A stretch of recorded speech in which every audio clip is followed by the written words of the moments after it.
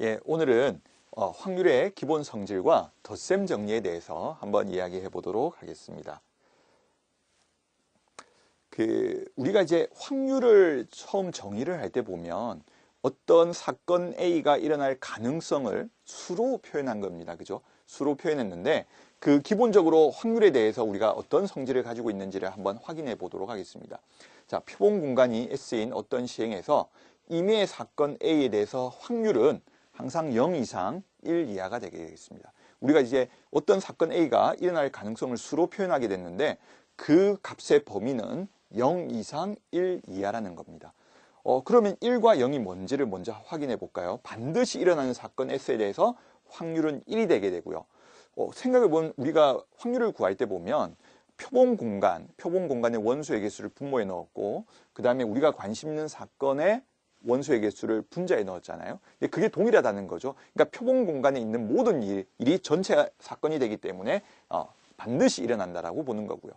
그 다음에는 절대로 일어나지 않는 사건에 대해 공집합에 대해서는 확률은 0이라고 하는데 예를 들어 이런 거죠. 우리가 주사위를 던지는데 7이 나올 확률. 그러니까 정상인 주사위라면 1부터 6까지 있겠죠. 근데 7이 나올 수 없잖아요. 예, 그런 경우는 절대로 일어나지 않는 사건이니까 확률은 0이 되겠습니다. 그렇다면 이 두 가지를 제외하고는 0보다 크고 1보다 작은 범위의 확률 값을 가지게 되고요. 이 두 가지를 포함하게 되면 모든 확률 값은 0 이상 1 이하가 되게 되는 겁니다. 그래서 어렵지 않은 내용이니까요. 한 번만 확인을 해주시면 좋을 것 같습니다. 자, 우리가 이제 확률의 덧셈 정리인데 우리가 처음 경우의 수를 다룰 때 보면 우리가 합의 법칙에서 또 우리가 집합에서도 비슷한 식이 있죠. 그러니까 우리가 포함하고 그 다음에 교집합되는 부분을 빼주는 부분이 있는데 여기서 확률을 보시면 이 식이 어떻게 나오는지 잘 생각해 보시면 비슷한 식을 본 적이 있죠. 우리가 A와 B의 합집합의 원소의 개수는 A의 원소의 개수, 그 다음에 B의 원소의 개수에서 교집합의 원소의 개수를 빼줬었죠.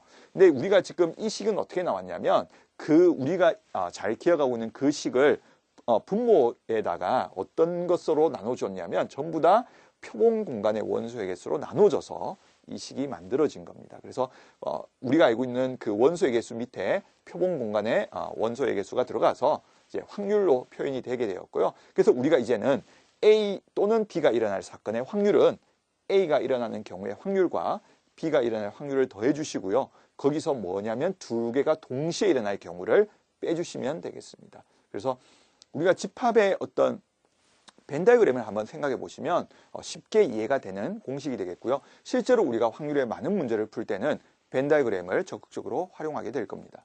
자, 그 다음 두 사건 A, B가 서로 배반 사건이면 배반 사건이라는 것은 교집합이 공집합이죠. 동시에 일어나지 않는 사건을 말합니다. 자, 이 경우는 A 또는 B가 일어날 확률은 A가 일어날 확률에다가 B가 일어날 확률의 경우만 더해주면 되겠죠.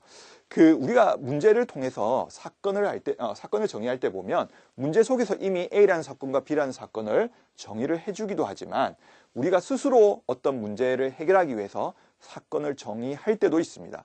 그럴 때 보면 배반 사건으로 사건을 정의를 하게 되면 굉장히 편리하겠죠. 교집합이 없기 때문에요. 물론 교집합이 생길 수밖에 없다면 위의 방법을 선택을 해야 되고 당연히 교집합의 확률은 굉장히 조심해서 처리를 해주셔야 될 겁니다. 자, 그러면 우리가 문제를 통해서 방금 보았던 내용을 한번 확인을 해보도록 하겠습니다. 자, 1부터 20까지의 자연수가 각각 적힌 20장의 카드 중에서 임의로 한 장의 카드를 선택할 때 카드에 적힌 수가 2의 배수이거나 3의 배수일 확률을 구하여라. 자, 그러면 우리가 이제 시행이라는 관점에서 보면 시행은 카드를 선택하는 거죠.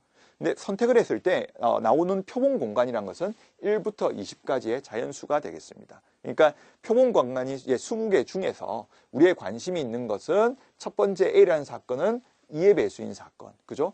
B라는 사건은 3의 배수인 사건이 된다. 그럼 우리가 얘를 사건 A라고 정의하고 3의 배수를 B라고 정의하게 되면 자, 우리가 교집합이 존재할까를 생각해 보면 교집합이 존재를 하네요. 그죠? 2의 배수이면서 동시에 3의 배수인 것은 6의 배수겠죠. 그래서 교집합의 확률을 빼주셔야 됩니다. 그죠? 자, 그래서 이제 우리가 이 문제를 풀어보도록 하겠습니다. 그러면 먼저 이해 배수의 수가 적힌 수가 나올 확률을 생각해 보면, 자, 표본광 20개 중에 10개가 되겠죠. 이해 배수는. 그리고 자, 사건 B는 3의 배수는 6개가 되겠죠. 그죠? 1부터 20까지였기 때문에 그 다음에 6의 배수는 3개가 되겠죠. 그래서 이렇게 교집합을 있는지 확인을 하시고 우리가 계산 속에서 잊지 않도록 주의를 하셔야 됩니다. 자, 그렇게 되면 전체 20개 중에 16개 3개 빼기 때문에 20분의 13이라는 우리가 확률 값을 구할 수 있게 됩니다. 그럼 이제 이 확률이 나타내는 것은 우리가 아까 임의로 한 장의 카드를 선택했을 때 카드에 적힌 수가 2의 배수이거나 또는 3의 배수일 확률을, 그러니까 그 상황을 수로 표현한 것, 그것이 바로 확률이 되게 되겠죠. 그래서 한 번만 더 정리를 하고 마치겠습니다. 여기서 이 20이라는 숫자를 우리가 분모에 두었던 거는 표본 공간의 원소의 개수가 되겠고요. 우리가 관심을 가지고 있었던 그 사건에 대해서 사건의 원소의 개수들을 적어서 확률을 표현을 했던 겁니다. 그렇죠? 그래서 A의 확률, A가 일어날 확률, B가 일어날 확률, A와 B가 동시에 일어날 확률이 되겠습니다. 그래서 우리가 학생들이 아마 확률을 많이 어려워할 텐데요. 그 단순한 개념들을 정확하게 인지해 가면서 확장해 나가면 어려운 문제도 해결하는 데 도움이 될 것 같습니다. 오늘은 여기까지 하도록 하겠습니다.